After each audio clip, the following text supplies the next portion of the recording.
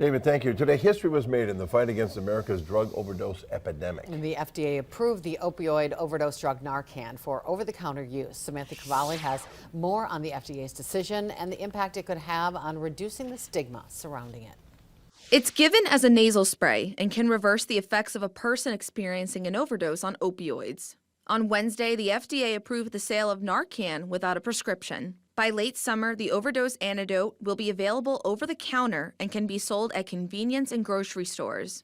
The nasal spray will come in two 4-milligram doses in case the person overdosing doesn't respond to the first one.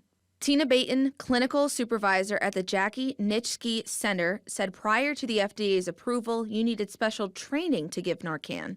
The FDA recognizes that it's user-friendly enough, particularly the nasal spray, that people do not need a medical professional to administer it. So it's over the counter, makes a lot of sense, certainly going to save some lives, so it changes things a lot. Nearly every state in the U.S. allows pharmacists or other qualified organizations to provide Narcan without a personal prescription to those at high risk of an overdose.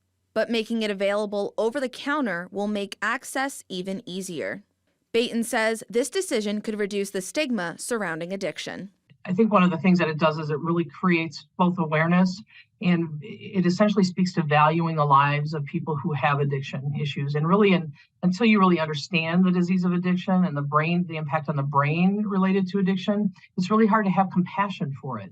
Baton said the next step is educating ourselves, getting the word out about the dangers of addiction and the value of treatments during moments of vulnerability. Remember, you're not alone, and that there are other ways of being able to do life and to deal with stress and to, basically ways to get treatment for addiction. Samantha Cavalli, Action 2 News, Green Bay.